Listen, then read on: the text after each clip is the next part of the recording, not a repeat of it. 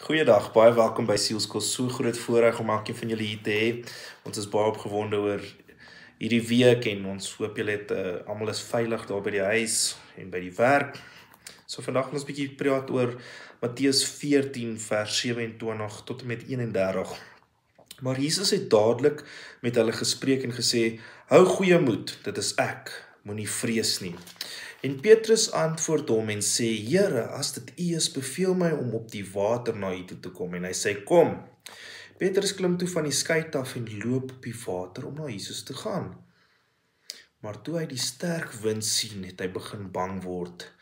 Toe hy begin sink, roep hy uit en sê: "Here, red my."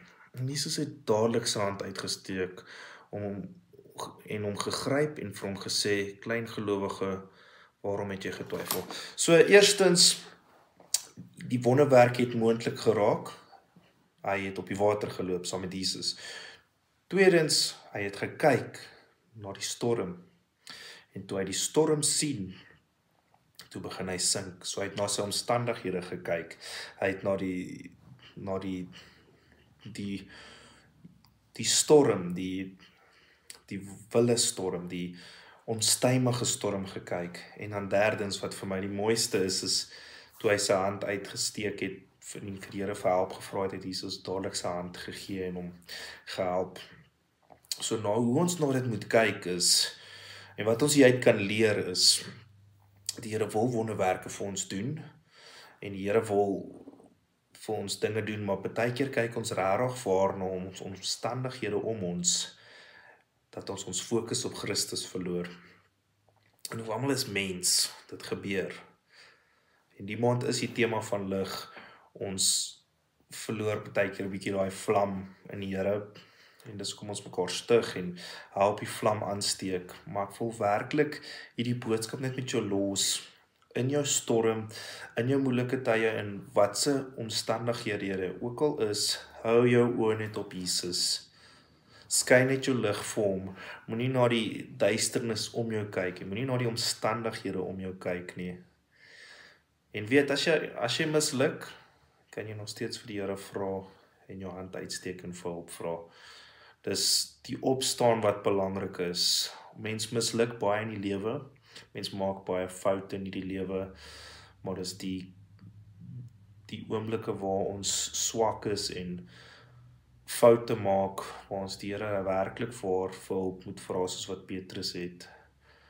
Hy het dadelik vir Jesus hulp gevra, en wat vir my mooi is, kyk, hy het sy twyfel gehad, en sy foute gehad, en soos ek Sondag gepraat het, ja, ons Sondag daagliks, ons het menslike tekortkominge, en ons moet natuurlik na lewe strewe, waar ons nie elke dag probeer Sondag nie, of elke week. Dit is in ons natuur, ons moet teen daai sondige natuur veg. Maar ek wil julle werklik vir bemoedig, in hierdie week, skyn jou lig, moenie na die omstandighede om jou kyk, die storm om jou kyk nie, fokus jy net op Christus, soos wat Petrus moes.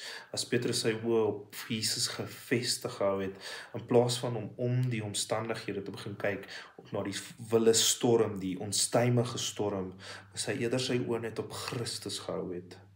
So hou julle oë op Christus, staan sterk in die teenwoordigheid van die Here, bly net soek, al het jy nie die antwoord nie, al verstaan jy nie die situasie waarin jy is nie, ek wil jou net bemoedig, kyker, om te bly vas te staan in jou geloof, en jou oë net op Jesus te hou, al maak dinge nie sin nie, al voel dit of jy nie die einde van die tonnel sien nie, en voel asof dit 'n trein is wat op jou afry, weet net, hou jou oë op Christus, en weet, hy sal vir jou die deurbraak bring, en wees daar vir mekaar, en steek mekaar se vlam aan, wanneer ons moeg raak, en voel ons maak foute, en ons misluk, dat ons daar is vir mekaar, en mekaar kan stig, en baie dankie vir elke kyker, ons is opreg dankbaar vir julle, en julle moet 'n mooi week hê. Groete julle.